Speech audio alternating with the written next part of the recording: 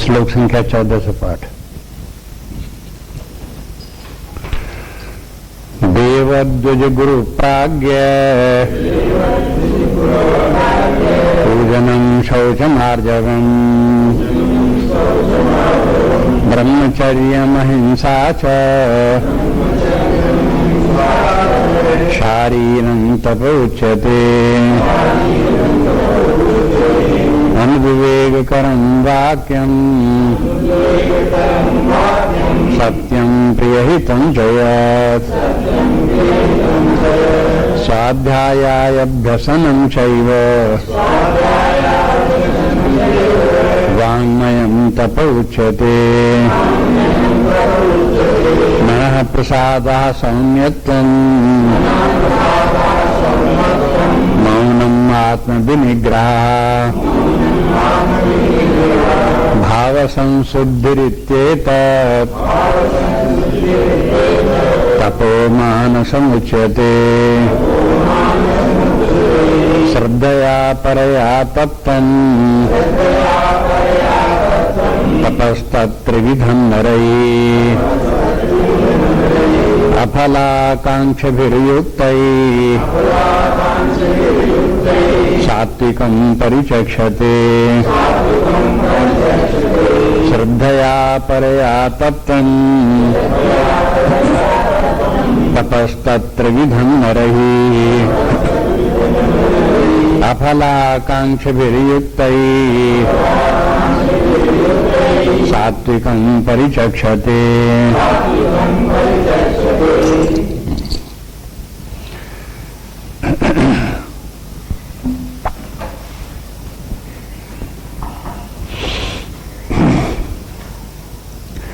श्रद्धा तीन प्रकार की, सात्विक, राजस, तामस, और तप भी प्रकार का, सात्विक, राजस, तामस जो है वो तीन स्थानों से, शरीर से है, वाणी से है और मन से है। इसलिए तीन प्रकार का नहीं, तप एक ही प्रकार का है, लेकिन तीन साधनों के द्वारा है। शरीर के द्वारा तप, वाणी के द्वारा तप और मन के द्वारा तप। इनमें कौन कौन से तप कब किस प्रकार के हैं ये कल बता दिए। शरीर के तप के अंतर्गत किस प्रकार से देवताओं का, गुरु इत्यादि का पूजन है। फिर शरीर के तप में ब्रह्मचर्य भी है, अहिंसा भी है। और फिर वाणी का जो तप है, उस तप में किस प्रकार से बोलना चाहिए, उस बोलने के प्रकार की तरफ ध्यान दिलाया कि ऐसा बोलो जिससे किसी के मन में उद्वेग पैदा न हो, किसी को सुन करके, बात सुन करके जी घबराए नहीं, व्याकुल न हो, दुखी न हो, ऐसा बोलो। और ऐसा बोलो कि जिससे कि व्यक्ति को का हित हो, जिससे कि वो उसे प्रिय लगे, सत्य भी हो। ये सब बातों को ध्यान में रख करके बोलो। और बोलना नहीं, वाणी का प्रयोग स्वाध्याय में भी करो, अध्ययन करो, अपने शास्त्रों का अध्ययन मंत्र निरंतर करते रहो, वहां भी वाणी का प्रयोग करो। बोलने का काम, लोगों से व्यवहार में बोलने का काम कम, अध्ययन करने का काम ज्यादा। वाणी का प्रयोग करते रहो, ये वाणी का तप हो गया। अब उसके बाद फिर मानसिक तप आया, तो मानसिक तप में भी मन को शांत रखो, प्रसन्न रखो। मन में जो भूतकाल भविष्यकाल की वृत्तियां उत्पन्न होती हैं उनको उत्पन्न मत होने दो। मन को वृत्तिहीन बनाओ। जैसे जैसे मन वृत्तिहीन बनता जाएगा, शांत होता जाएगा, वैसे ही परमात्मा अपने हृदय में विद्यमान है ही है, वो प्रकट होगा। परमात्मा हृदय में इसलिए नहीं दिखाई देता, इसीलिए वो प्रकट में नहीं आता, क्योंकि मन अशांत है। जितने भी साधन हैं वो सब मन को शांत करने के लिए है। तपस्या भी मन को शांत करने के लिए है। मन अगर शांत होता चला गया तो परमात्मा अपने हृदय में धीरे धीरे करके प्रकट होने लगता है। परमात्मा का सत्यत्व अनुभव आने लगता है। परमात्मा का अनंत चैतन्य, अखंड चैतन्य अनुभव आने लगता है। परमात्मा का आनंद अनुभव में आने लगता है। परमात्मा की अनंतता अनुभव में आने लगती है। ये सब जो है वो हो, हृदय में सब अनुभव में आने लगता है। लेकिन अब ये चाहो कि मन शांत न हो फिर अनुभव में आ जाए, मन में व्यग्रता बनी रहे, मन में तूफान चलते रहे, फिर परमात्मा के दर्शन हो जाए, तो असंभव बात है। ऐसा कभी हुआ नहीं, हो भी नहीं सकता, ये दुराशा मात्र है। इसलिए मन को शांत रखने का अभ्यास करें, भाव को संशुद्ध रखें। शुद्ध भाव भी मन को शांत रखता है। ये सब मन को शांत रखने के साधन है। मन प्रसादम, मन को शांत रखने के लिए, मौनम, मन को शांत रखने के लिए, आत्म विनिग्रह, मन को शांत रखने के लिए, भाव संशुद्धि, मन को शांत रखने के लिए। इसलिए मन को शांत रखो। मौन शब्द जो है वो हो, मुनि से बना है मौन, मुनि, और मुनि का बन गया मौन। जो मुनि भाव से रहे वो मौन है। इसलिए मौन को समझने के लिए पहले उसे मुनि में लाओ, पीछे वापस। अब फिर देखो मुनि किसे कहते हैं? ऋषि हैं, मुनि हैं। तो मुनि कहते हैं जो परमात्मा का मनन करता है, स्मरण करता है, परमात्मा में श्रद्धा रखता है, उसी के लिए जीवन अपना अर्पित किए हुए है, वो मुनि है। तो अब ये तपस्या है, परमात्मा का निश्चय करना कि परमात्मा ही जीवन का परम प्राप्त है और उसी के लिए हम जी रहे हैं, ये तपस्या है। उसी के लिए जो कुछ खाते पीते उठते बैठते चलते फिरते कार्य करते हैं, परमात्मा के लिए करते हैं, ये तप हो गया। ये इस प्रकार का तप जो है अब ये है, ये जिन 3 प्रकार के तप जो भगवान ने बताए, ये तीनों शुद्ध तप हैं, ठीक ठीक तप हैं। लेकिन इन तपों को भी लोग बाग बिगाड़ देते हैं। अगर बिगाड़ देंगे तो राजस तामस हो जाएंगे। जैसे अभी बताए भगवान ने, उसी प्रकार से यदि कोई करे तो सात्विक रहेंगे। इसलिए अब आगे भगवान बताते हैं कि देखो ये है सात्विक तप। ये इन तीनों प्रकार के तपों को सात्विक भाव से करना चाहिए। जिनकी की श्रद्धा सात्विक है वही लोग इन तपों को करते हैं। इसलिए कहे श्रद्धया परया तप्तम तपस्तत्र विधम नरहि। देखो ये 3 प्रकार के तप हो गए, इनको श्रद्धया परया तप्तम, जो श्रद्धा पूर्वक इन तपों को तपता है और अपलाकांक्ष भी, और उनके फल की आकांक्षा को नहीं रखता, और युक्त ही, और जो युक्त है, ऐसे 3 बातें भगवान ने बताई। जो ऐसा है सात्विकम परिचक्षते, तो फिर वो हो, उसकी श्रद्धा सात्विक कहलाएगी। तो अब देखो फिर से श्रद्धा का विचार चल रहा है, इसलिए सात्विक श्रद्धा होगी तो तब कैसा होगा? सात्विक श्रद्धा होगी तो तब तो तीनों प्रकार के होंगे, शारीरिक, वाणी और मानसिक होंगे। लेकिन उनमें क्या हो गया कि उनमें एक तो होगी श्रद्धा होगी, दूसरे अपलाकांक्षी होगी और युक्त होगी। 3 बातें होंगी। श्रद्धा के माने है कि जो तपस्या हम कर रहे हैं ये तपस्या कल्याणकारी है, मंगलकारी है, ये हमारे आध्यात्मिक विकास कराने वाली तपस्या है।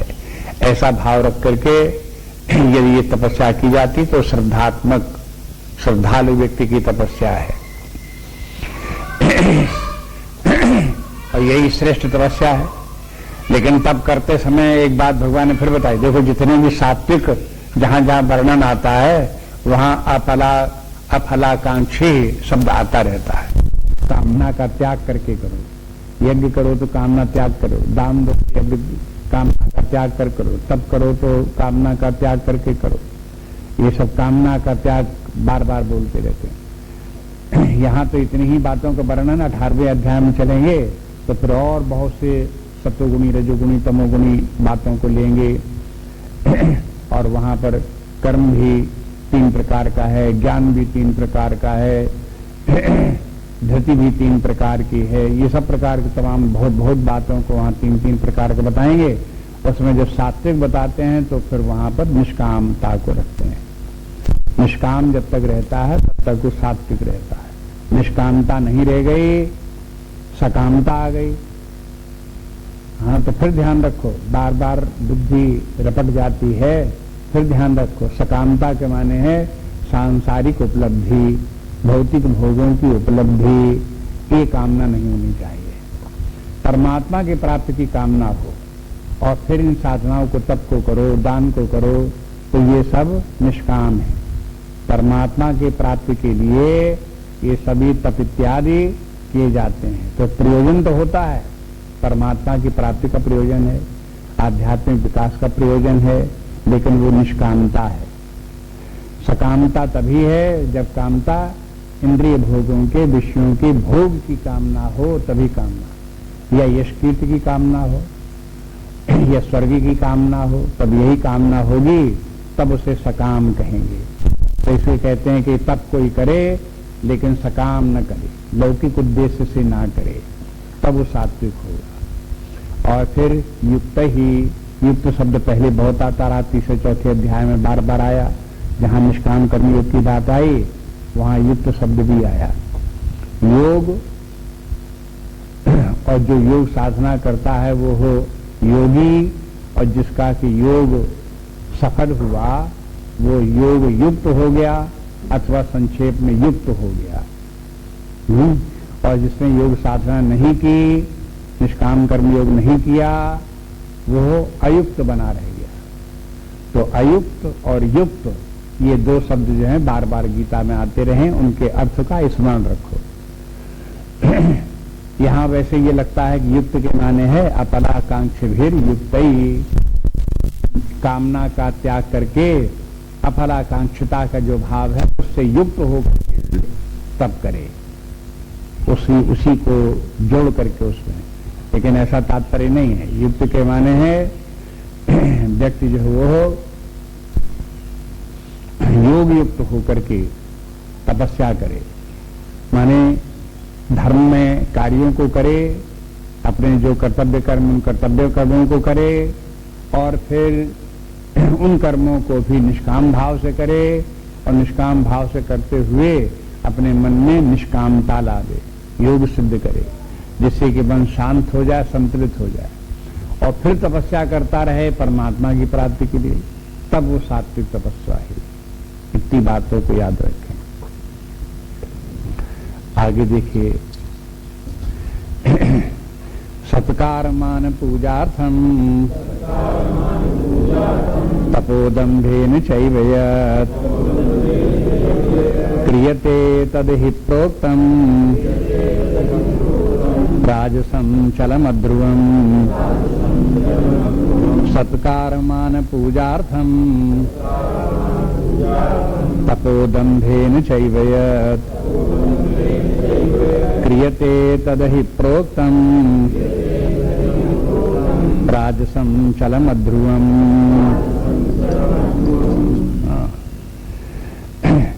अब जो तपस्या की जाती है सत्कार के लिए, मान के लिए, अपनी पूजा हो इसलिए, और दंभेन, दंभपूर्वक की जाती तपस्या, और इस प्रकार की तपस्या है क्रियते तद ही प्रोक्तम, ऐसी तपस्या को क्या कहते हैं? राजसम। ऐसी तपस्या को राजस कहते हैं। और एक बात और बता दी, ऐसी राजस तपस्या का फल नश्वर है। इसके माने ये हुआ, पिछले श्लोक से इसको मिला करके देखो तो यहां जो कह दिया गया कि देखो सत्कार, मान, पूजा, इसके लिए यज्ञ की तपस्या की जाएगी तो राजस हो जाएगी। इसके बाद सात्विक कब होगी? जब सत्कार के लिए न हो, जब मान सम्मान प्राप्त करने के लिए न हो, जब दंभ पूर्वक न की गई हो, तो सात्विकता में इनको निषेधात्मक बना करके जोड़ लो। सात्विक तपस्या करनी है तो उसमें जो वो सत्कार, मान इत्यादि की इच्छा मत रखो, कामनाएं मत रखो, भोग की कामना न रखो। जैसे सात्विक में कह दिया अफलाकांक्षी भी, माने फल की आकांक्षा रखे बिना, विषयों की कामना रखे बिना तपस्या करो। लेकिन विषयों की कामना कर दी तो क्या हो गया? राजस्तप हो गया। बस जब राजस्तप हो गया तब राजस्तप का परिणाम क्या होगा? तो कहते हैं चंचलम अध्रुवम, उसका फल जो होगा चंचल होगा, अध्रुव होगा, मन स्थायी नहीं होगा। कभी प्राप्त होगा, कभी प्राप्त नहीं होगा। प्राप्त होगा तो नाश हो जाएगा फल का, माने माने भौतिक विषयों के भोगों की उपलब्धियां भी तपस्या के द्वारा प्राप्त होती हैं। किसी व्यक्ति को भौतिक उपलब्धि हो गई, बहुत धन प्राप्त हो गया, बहुत इंद्रिय भोग सुख प्राप्त हो गए, मकान सवारियां इत्यादि प्राप्त हो गई, ये सब प्राप्त हो गई तो कैसे प्राप्त हुई? बिना तपस्या के हो गई। माने उसने परिश्रम किया, तपस्या की, तब प्राप्त हुई। लेकिन प्राप्त जो कुछ वस्तुएं हुई वो कैसी हैं? चलम अध्रुवम नाशवान। बस तपस्या तो करता ही है कोई व्यक्ति, लेकिन वो तपस्या से ही कुछ प्राप्त होता है। भौतिक उपलब्धियां भी तपस्या से होती हैं, लेकिन उनका फल नाशवान है। लेकिन यदि वो तपस्या व्यक्ति करे तब तो करे, लेकिन कर्म फल की आकांक्षा न रखे, विषयों की आकांक्षा न रखे, भौतिक उपलब्धि प्राप्त करने की बिना कामना किए हुए फिर तपस्या करे, तो उस तपस्या के कारण से व्यक्ति की आंतरिक शक्ति जागृत होगी। इंट्रोवर्ट नेचर उस व्यक्ति की बनेगी, अंतर्मुखी होगा, आंतरिक शक्तियां जागृत होंगी, उन शक्तियों को प्रयोग करने की सामर्थ्य उसमें आएगी और उनका प्रयोग भी अपने अंतरतम में विद्यमान परमात्मा तक बढ़ते बढ़ते पहुंच जाने की सामर्थ्य उसे प्राप्त होगी। ऐसा तप जो है व्यक्ति को करना चाहिए। लेकिन संसार में जो रजोगुणी स्वभाव के व्यक्ति हैं वो बड़ा अभिमान रखते हैं और बड़ा दम्भ करते हैं।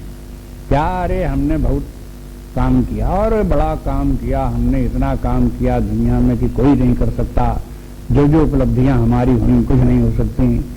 और जो सत्वगुणी स्वभाव के व्यक्ति हैं जो साधना तपस्या में लगे, अरे कुछ नहीं किया, बेकार पड़े रहे, बेकार के काम करते रहे,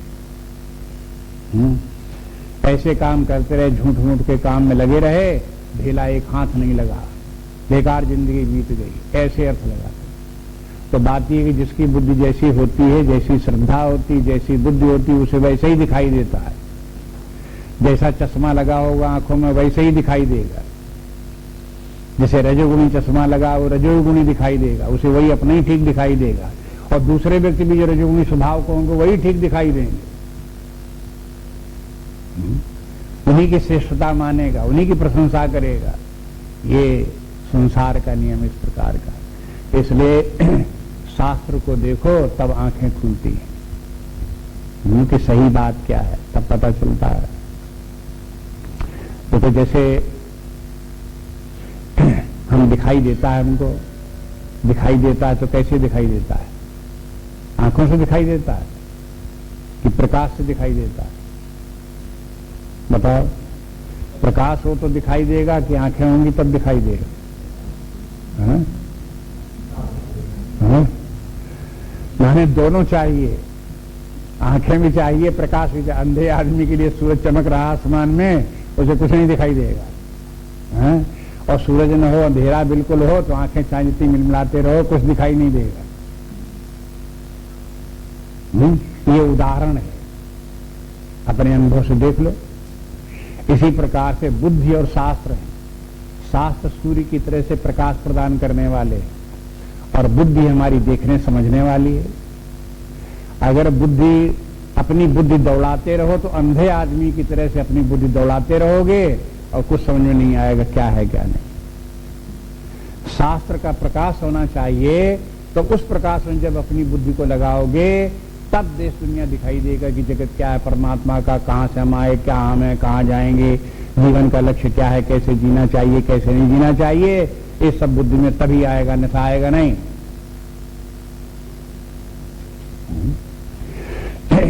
इसीलिए शास्त्रों में बहुत बार जो शास्त्रों का प्रयोग नहीं करते उन लोगों को अंधा कहा जाता है। शास्त्रों को देखा ही नहीं तो कैसे रहे? अंधे रहे। उनको नहीं कुछ शास्त्र देखते तो फिर उनको कुछ दिखाई देता है।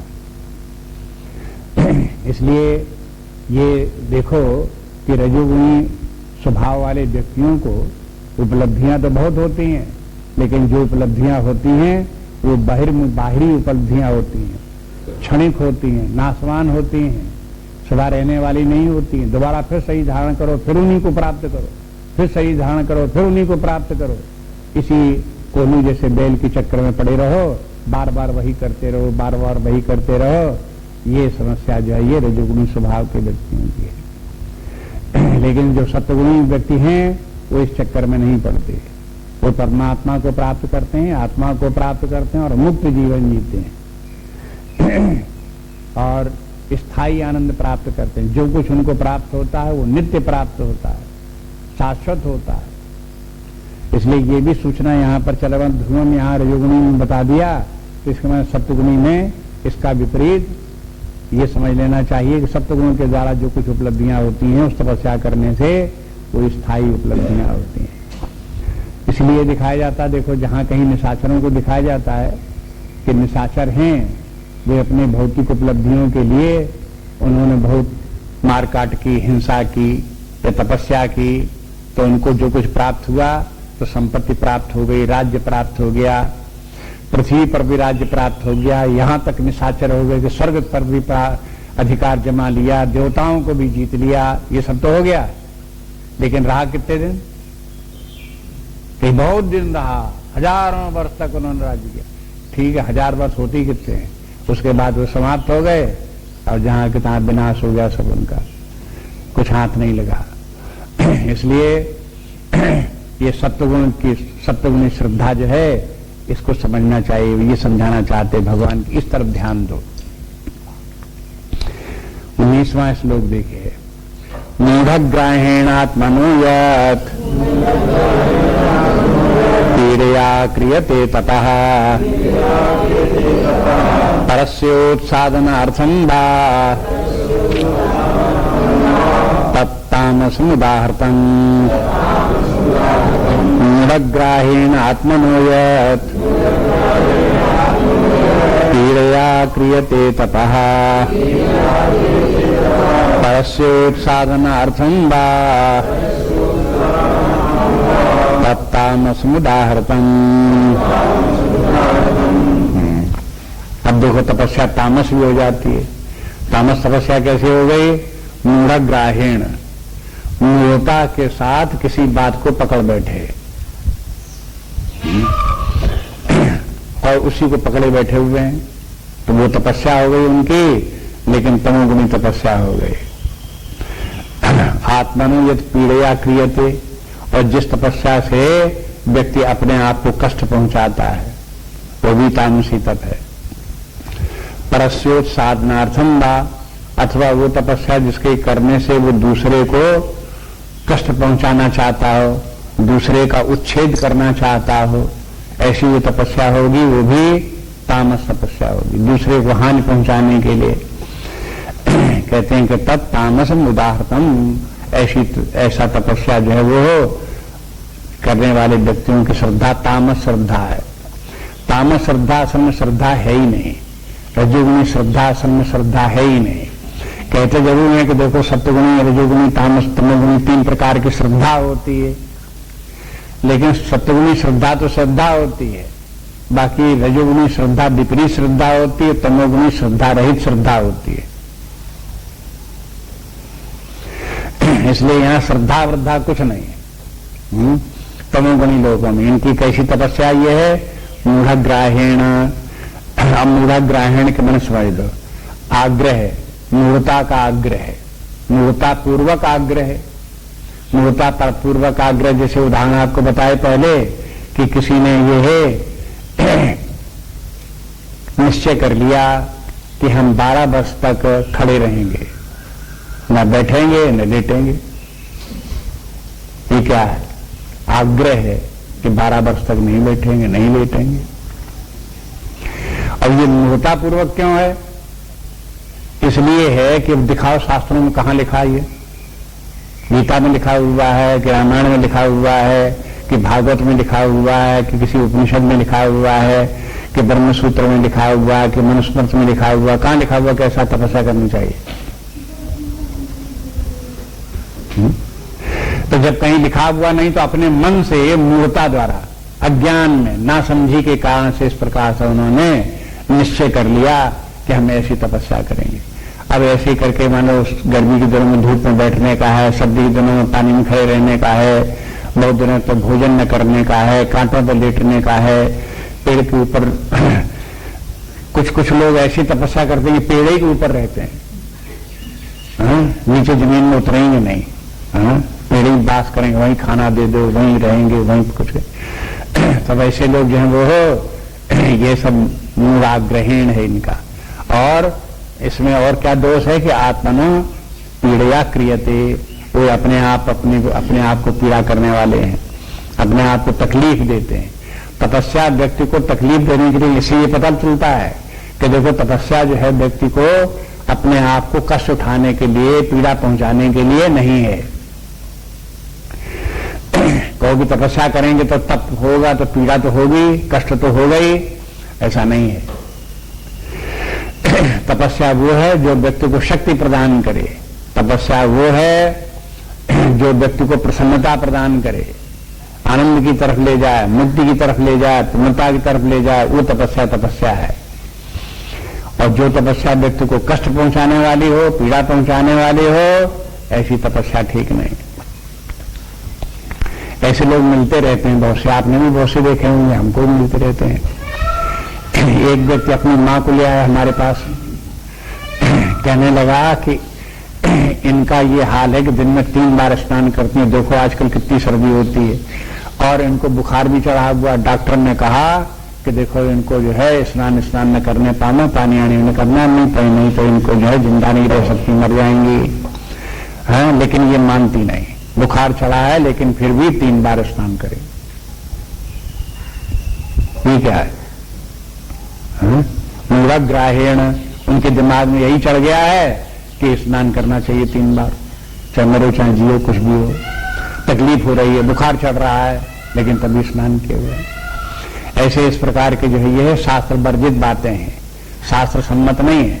अब उन्होंने भी इस प्रकार का अपने परंपरा से सीख लिया कि स्नान करना चाहिए, तो स्नान अपने कर रहे हैं, शुद्धता से रहना चाहिए तो उसी प्रकार करें। लेकिन एक्सेप्शंस भी हैं, उनको भी ध्यान देना चाहिए कि आपका बुखार चढ़ा हो तब तो स्नान नहीं करना चाहिए, उस समय अपने आप को बचा रहे। इसलिए कहते हैं कि यह मूढ़ग्राहेण और पीड़या कृतम, जो उसने अपने आप को पीड़ा पहुंचाने के लिए करता है। और एक और ये भी है परसो साधनार्थम, तपस्या का इसका उद्देश्य देखो, रजोगुणी तपस्या होगी तब तो व्यक्ति अपने भोग के लिए, इंद्रिय भोगों के लिए तपस्या करेगा, अपने भौतिक सुख के लिए तपस्या करेगा।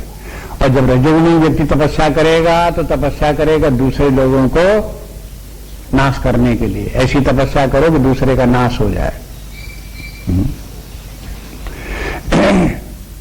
वे कहीं कोई जो है वो जो वामपंथी पूजाएं होती हैं, कहीं मेल मूठ वगैरह होती हैं, इन सबको चलाना करना, दूसरे को इस प्रकार से उनको जो है हानि पहुंचाने की कोशिश करना, ये सब क्या है? तमोगुणी काम है, सब शास्त्र विरुद्ध है।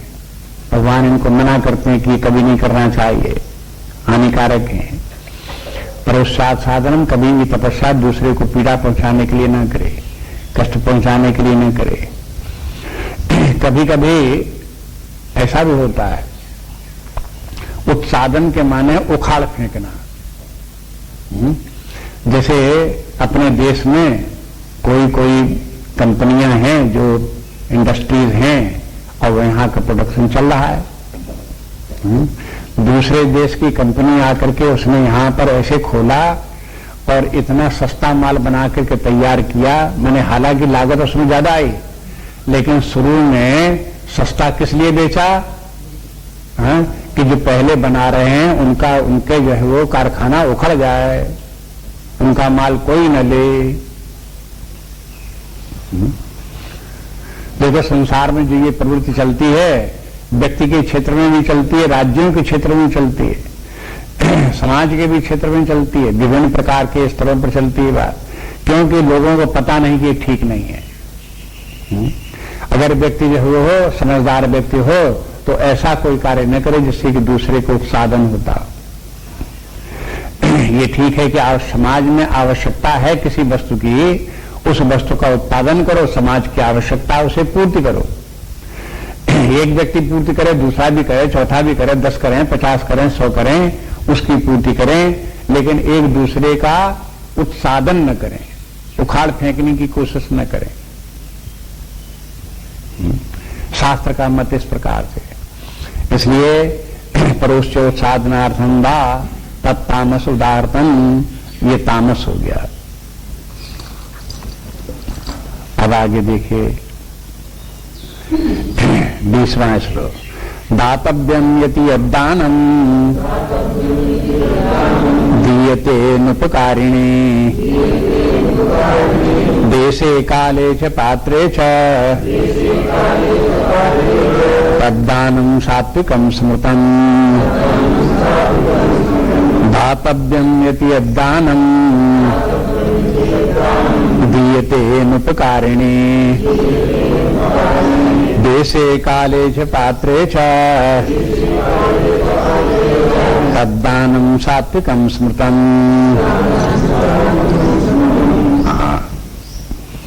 भगवान ने 4 बातें बताई थी कि हम श्रद्धा 4 स्थानों में बताएंगे, सात्विक राजस तामस। तो ये अंतिम है दान। पहले तो भोजन हो गया, उसके बाद यज्ञ हो गई, उसके बाद तप हो गया। अब दान देखिए, दान के संबंध में बहुत सा ज्ञान होगा। सही दान किस प्रकार का होता है, सात्विक दान किस प्रकार का होता है, वो उसका मालूम हो जाएगा। और जो राजस तामस है वो दान नहीं है, उस दान में दोष हैं। इसलिए उन दोषों से बच करके दान देना चाहिए, लेकिन सात्विक दान देना चाहिए। दान जो है वो धर्म है।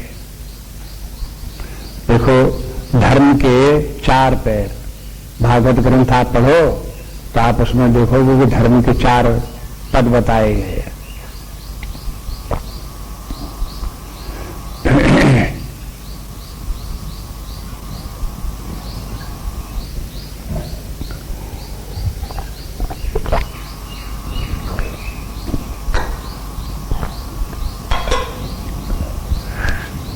धर्म के 4 पदों में एक पद दान भी है। अगर आप धर्म में जीवन जीते हैं तो आप उसमें दान को भी सम्मिलित रखें, दान देते रहें। के संबंध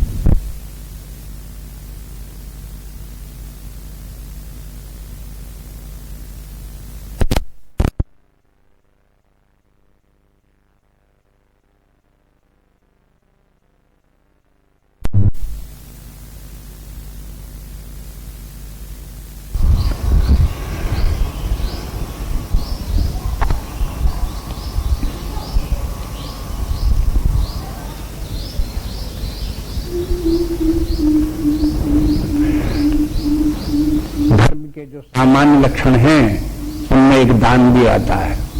धर्म ये तो है ही अपने कर्तव्य का कर्म को करना, जो स्वधर्म का पालन करना, अपना जो कर्तव्य कर्म है उसका पालन करना, वो तो धर्म है ही है। उसके अलावा भी और भी धर्म है। हाँ, वो जो धर्म दान जो है वो भी एक धर्म के अंतर्गत आता है। बल्कि भागवत के अनुसार तो सतयुग में धर्म के 4 पैर थे। त्रेता आया, एक टांग टूट गई। द्वापर आया, 2 टांग टूट गई। कलयुग आया, 3 टांगें टूट गई। अब एक टांग बची, कौन सी? दान की। बस एन केन विधि दीन है, दान करे कल्याण। जैसे तैसे बने दान दो। कोई भी दान को, दान के माने है देने की भावना रखो, लेने की भावना नहीं, देने की भावना रखो।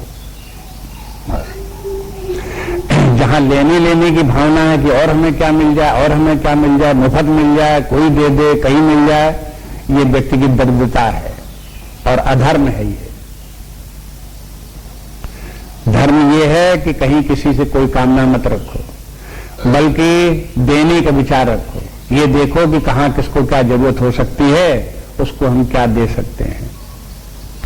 दे सकने के माने दान में कभी कभी लोगों का केवल एक पैसा टका धन जो है उसी के लिए उसका देने ही दान मानते हैं, लेकिन ऐसा नहीं है।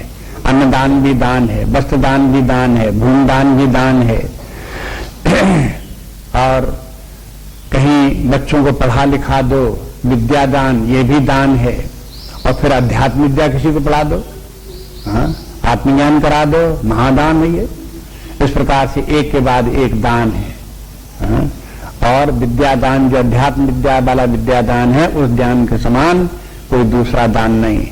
इसलिए गीता के 18वें अध्याय में भगवान जब अंत में गीता समाप्त करने लगे तो भगवान कहने लगे कि देखो, जो हमारे इस धर्म का प्रचार करेगा, लोगों में इस ज्ञान का वितरण करेगा, वो मुझे सबसे ज्यादा प्रिय है। अब वितरण करो, ज्ञान का वितरण करो। तुम्हारे पास ज्ञान है तो उसको ज्ञान को बांटो। अब ये थोड़े कि मुंह बांधे बैठे हुए बोलते ही नहीं है, ये कौन सी बात है? कहीं किसी से कुछ भी शिक्षा ही नहीं देते हो, तो आपका ज्ञान क्या ज्ञान है? कुछ ज्ञान नहीं, बेकार ज्ञान आपका है। धन तो ऐसा भी हो सकता है, अगर कोई व्यक्ति के पास 1 लाख रुपया हो, उसमें से 1 रुपया दान कर दे, तब उसके पास कितने बचे? 1 - 1 लाख बचे ना। ये तो नहीं कि 1 लाख बने हुए हैं। लेकिन तुलसीदास जी कहते हैं कि भाई अगर 1 लाख में से 1,001 खर्च कर दो, तो खर्च कर दोगे तो 1 कम 1 लाख रह जाएगा तुम्हारे पास तुम्हारे रोकड़ में। लेकिन अगर तुम दान करोगे तो वो उसमें घटेगा नहीं। वो जो आपके पास रोकड़ है वो आपकी बढ़ेगी। अब ये किसी को अनुभव करना हो, देखना हो, तो तुलसीदास जी को और विश्वास हो तो करके देखे।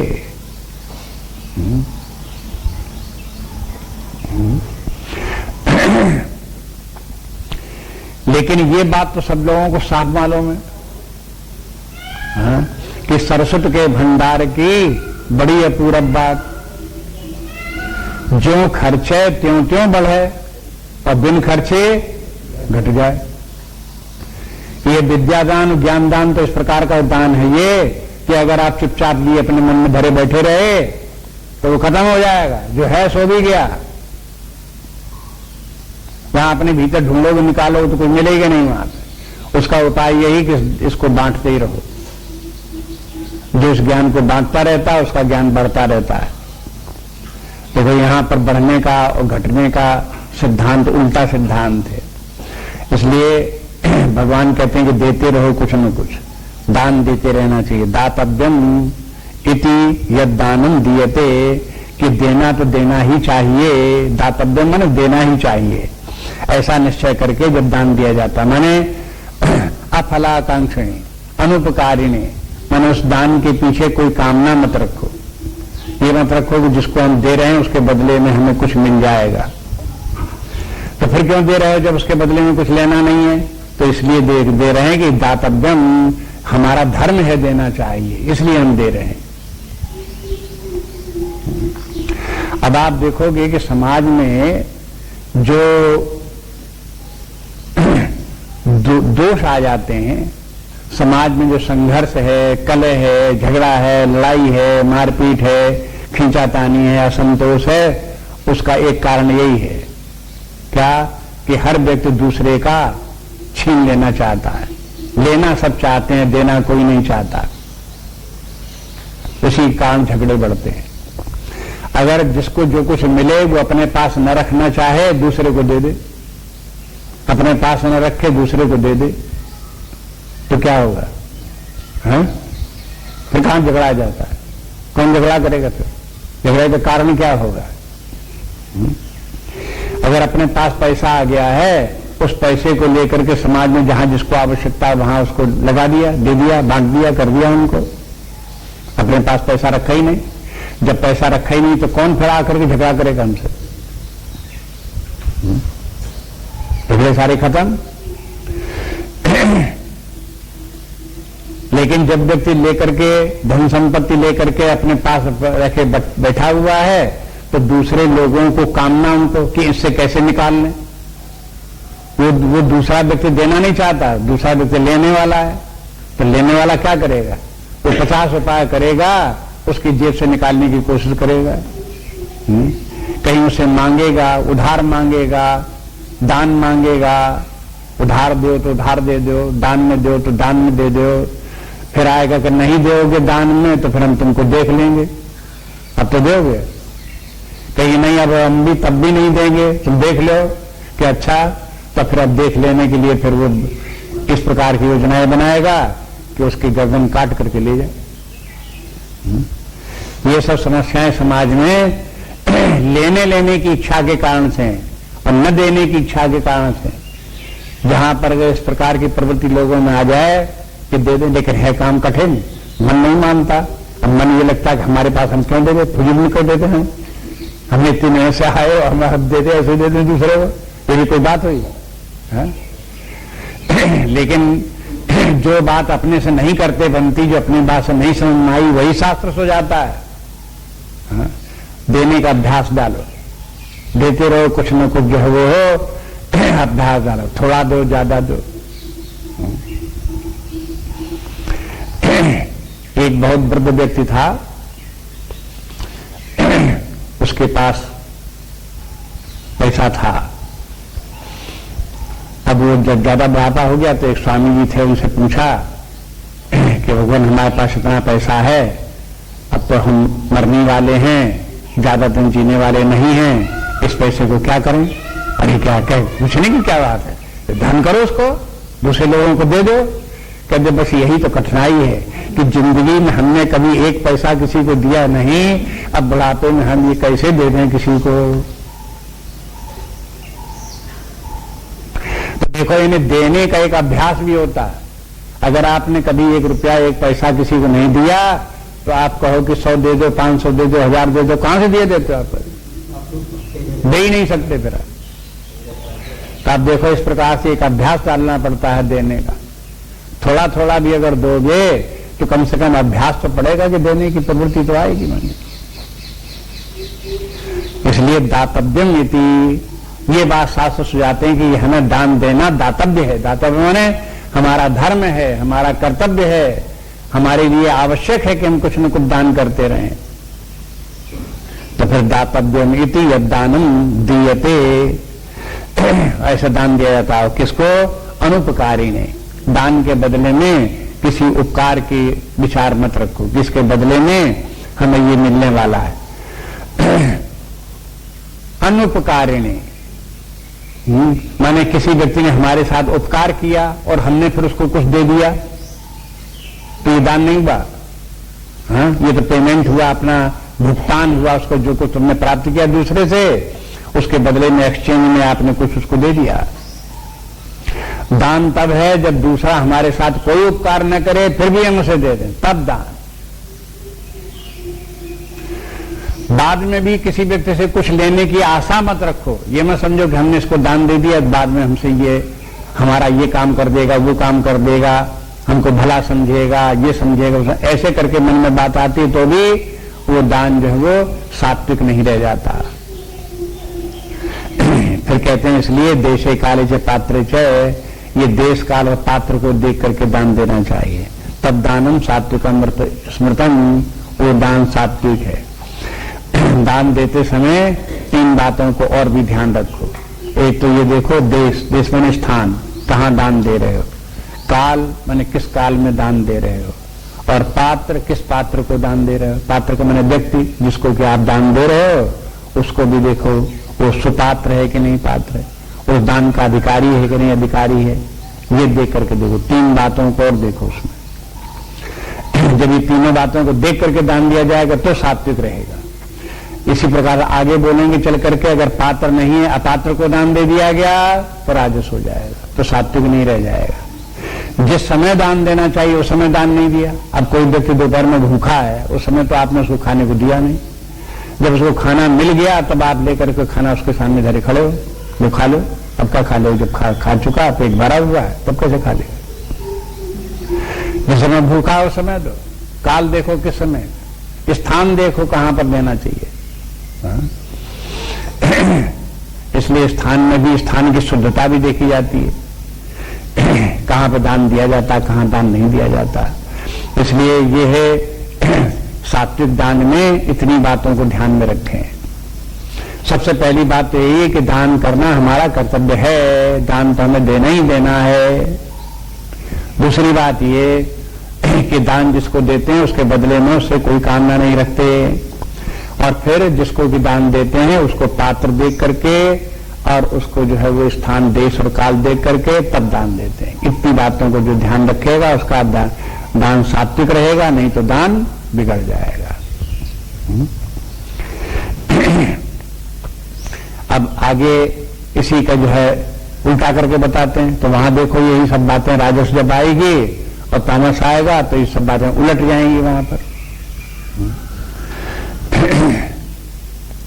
21वें श्लोक को देखो, यत् प्रत्युपकारार्थम फलम उद्देश्य वा पुनः दीयते च परिक्लिष्टम तद्दानं राजसं स्मृतम्। यत् प्रत्युपकारार्थम फलम उद्देश्य वा पुनः दीयते च परिक्लिष्टम तद्दानं राजसं स्मृतम्। अब देखो दान राजस कब हो गया? यत्तु प्रत्युपकारार्थम। अब पहले उसमें था सात्विक में प्रत्युपकार की आशा मत रखो, लेकिन जहां प्रत्युपकार दे करके कि बदले में आप कुछ चाहते हो, दान दे, जो हमसे दान ले वो बदले में हमको कुछ दे, इस प्रकार की भावना रख करके दान देने लगे तो राजस दान हो गया, क्योंकि उसमें कामना आ गई। सात्विक दान में दान देने के बाद कोई कामना नहीं, लेकिन राजस्थान जहां हो गया तो दान दिया तो, लेकिन बदले में कुछ कामना रही कि इससे ये मिल जाए। अब कामना किसी भी प्रकार की हो, चाहे बदले में धन के बदले में कोई वस्तु दे, चाहे धन के बदले में कोई काम कर दे, सेवा भाव काम कर दे, या और किसी बदले में कुछ सम्मान इत्यादि प्रदान कर दे, इस प्रकार से कोई भी बदले में कुछ प्राप्त करने के लिए जब दान दिया जाता है तब वो दान जो वो हो राजस हो जाता है। और फलम उद्देश्य वा पुनः, और कोई फल की कामना रख करके, फल का उद्देश्य सामने रख करके, फल के माने फिर वही है, फल के माने इंद्रिय भोग, शारीरिक सुख, भौतिक लाभ, इसको देख करके उनको दान दिया जाता है तो राजस्थान है। दीयते च परिक्लिष्टम, और देने के बाद में भी परिक्लिष्टम, उसे क्लेश होता है, देने में तकलीफ होती है, जीव होकता है कि इतना दान में चला गया। लोगों ने घेर घार करके दान तो करा दिया एकादशी को, लेकिन इन लोगों ने आफत करके दान इतना करा दिया। इसलिए फिर वो दान देने के बाद में करके दुखी हो तो फिर ये राजस्थान हो गया।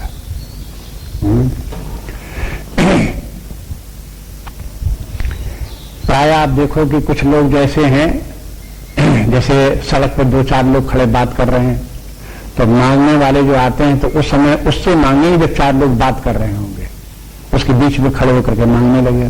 क्यों मांगता है वहां पर? वो जानता है कि जब 4 लोग जब खड़े होंगे आपस में मांग रहे होंगे तो वो कुछ न कुछ दे करके हमारा पिंड छुड़ाएंगे, और ये भी सोचेंगे कि अगर नहीं हम देते हैं तो बड़ा कंजूस हमें समझा जाएगा, इसलिए बेचारे को न देने की इच्छा होगी तो भी उसके जेब से हम निकलवा लेंगे, कुछ न कुछ मिल जाएगा, ऐसे सोच करके उससे मांगते हैं। खैर जिसने कि मान लो ऐसे कोई 1 रुपया 8 आना 4 आना कुछ पैसे दे दिए, तो चाहे उनको बाद में क्लेश न होता हो, दे दिए, चलो खत्म बात हो गई, और अपने काम में लगे, अपनी बात में लगे। लेकिन एक बार ऐसा हुआ, जबकि कहीं किसी समाज में कुछ लोग बैठे हुए थे, वहां धनी मानी व्यक्तियों की समाज थी, तो वहां एक महिला आई और एक सेठ के पास आकर के ला करके वो हाथ में बांधी जाती है, वो क्या राखी ला करके उसके हाथ में बांध दी, हाथ उठा राखी बांधी। अब ना ही न कर सके राखी बनाने, राखी तो बनवा ली। अब वो कहने लगे कि अब राखी के तुम कौन हो, तुमने राखी क्यों बांधी हमारे, कहा तुम पहचान तुम्हारी? तो कहा पहचान कुछ नहीं, हम जो है एक स्कूल की प्रिंसिपल हैं और स्कूल के लिए कुछ सहायता की आवश्यकता है, इसलिए हमने आपको भाई बनाया है, आप कुछ न कुछ स्कूल के लिए करो, हमें अपने लिए नहीं चाहिए। अब सब सुन रहे उत्ते बैठे हुए 10-12 व्यक्ति बैठे हुए सुन रहे हैं, और सेठ जी अपने आप को करोड़पति बता रहे हैं, ऐसे बैठे हुए डटे हुए छाती फुलाए हुए, उनसे ज्यादा धनी कोई वहां है नहीं। तो आप कैसे क्या कह दें कि भाई तुम्हारे स्कूल को कितना लगेगा, 150 रुपए जरूरत हो तो दे दें, कहीं नहीं नहीं 5,000 रुपए चाहिए।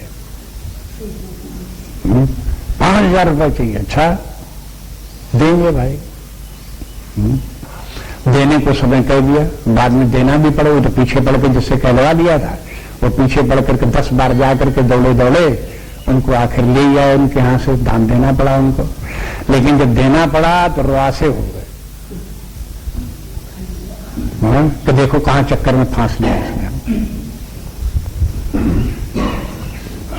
तो ये कहते हैं कि जहां व्यक्ति को इस प्रकार से परिक्लिष्टम दान दे करके क्लेश हो उसके मन में, तो समझ लो को दान जो हो पराजस हो गया। मन में प्रसन्नता होनी चाहिए। शास्त्रों में तो यह भी लिखा हुआ है कि दान देने वाला व्यक्ति जिसको दान दे उसका अपमान न करे, बल्कि कृतज्ञता माने कि हमारा दान किसी ने स्वीकार कर लिया। एक समय ऐसा ही था देश में जब था कि दान देने वाले दान लिए घूमते थे, लेकिन कहीं कोई दान लेता नहीं था। अगर कोई दान लेने को तैयार हो जाए तो वो अपने आप को बड़ा भाग्यशाली मानते थे। अहो भाग्य कि किसी ने ले तो लिया, हम तो दे रहे थे। लेता नहीं कोई। तो अगर कोई दान ले लेता है तो दान देने वाले को भाग्यशाली समझना चाहिए, दान लेने वाले को नहीं।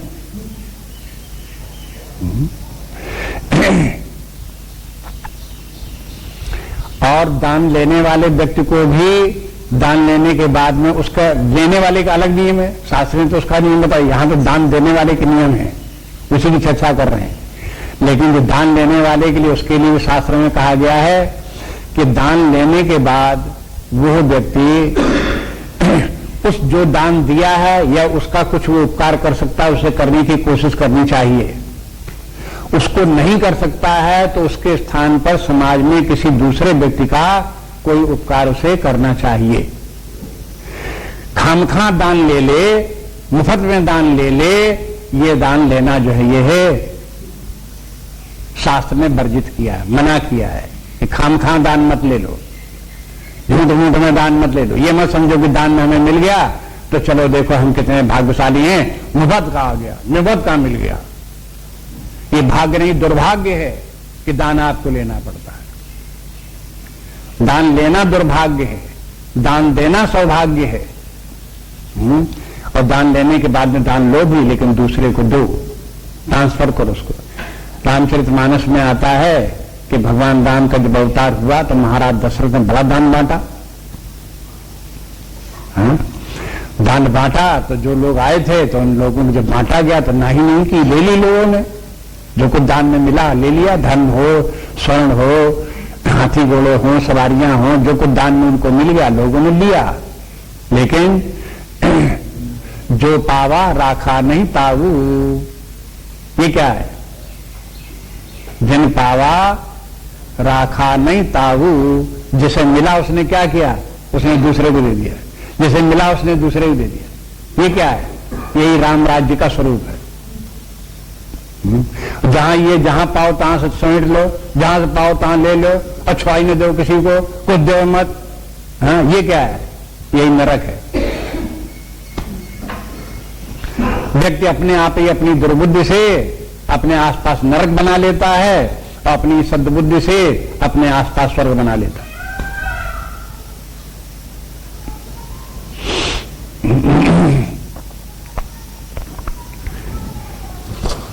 अब देखो तामस दान। अदेश काले यद्दानम अपात्रेभ्यश्च दीयते असत्कृतम अवज्ञातम तत्तामसमुदाहृतम। अदेश काले यद्दानम अपात्रेभ्यश्च दीयते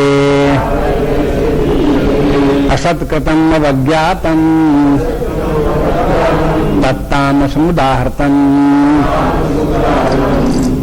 देखो ये तामसी दान हो गया।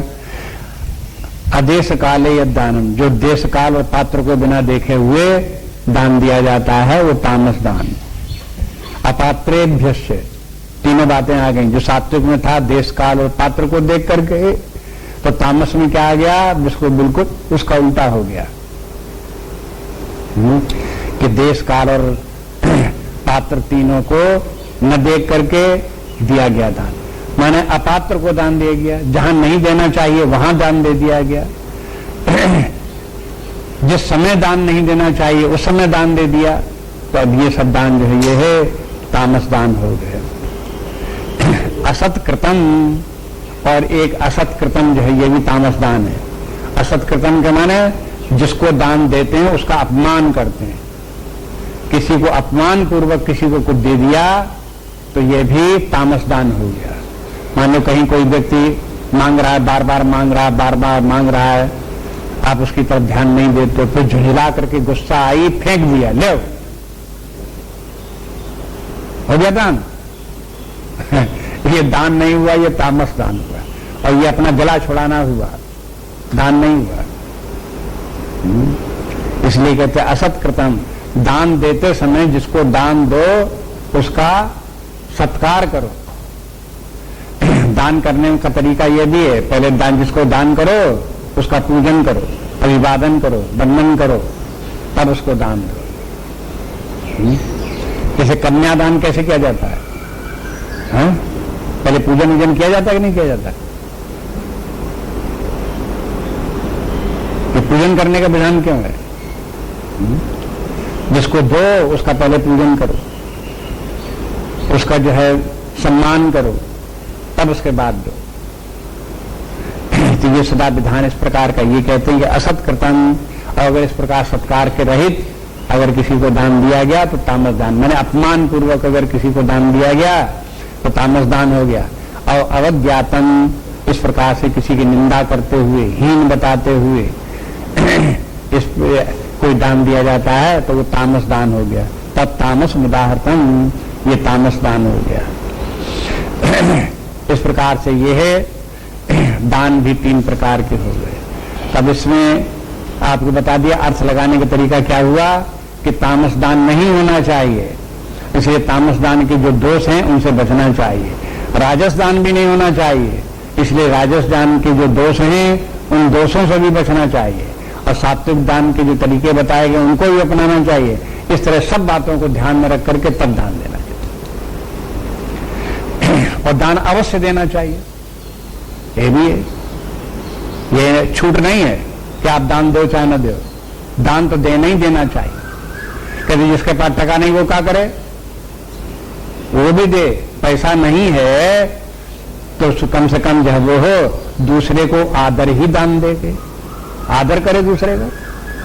आदर करना भी दान है, सम्मान करना भी दान है। पैसा नहीं, चलो आदर ही कर दिया, प्रशंसा ही कर दी, ये भी दान के अंतर्गत। ये तो कर सकते हैं क्या? एक संस्कृत में कहावत है कि देखो वचनम किम दरिद्रता, भाई तुम दरिद्री हो तो पैसे से दरिद्री हो सकते हो, लेकिन कोई का वाणी से भी, शब्दों से भी दरिद्री हो, तुम्हारे मुख से कोई ऐसे प्रशंसा के कि जो दूसरे को प्रसन्न, उसका मन खुश हो जाए, ऐसी बात भी नहीं बोल सकते हो।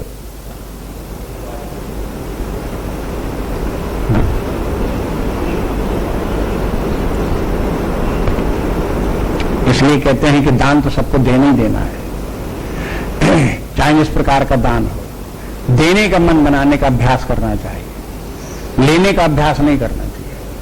बस सीधी बात ये।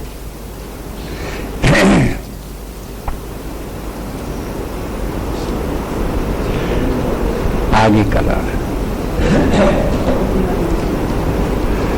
नान्य स्पृहा रघुपते हृदय समलिये सत्यं वदामि च भवान् अखिलान्तरात्मा भक्तिं प्रयच्छ रघुपुङ्गव निर्भरां मे कामादिदोषरहितं कुरु मानसं च। श्रीराम जय राम जय जय राम, श्रीराम जय राम जय जय राम, श्रीराम जय राम जय जय राम, श्रीराम जय राम जय जय राम।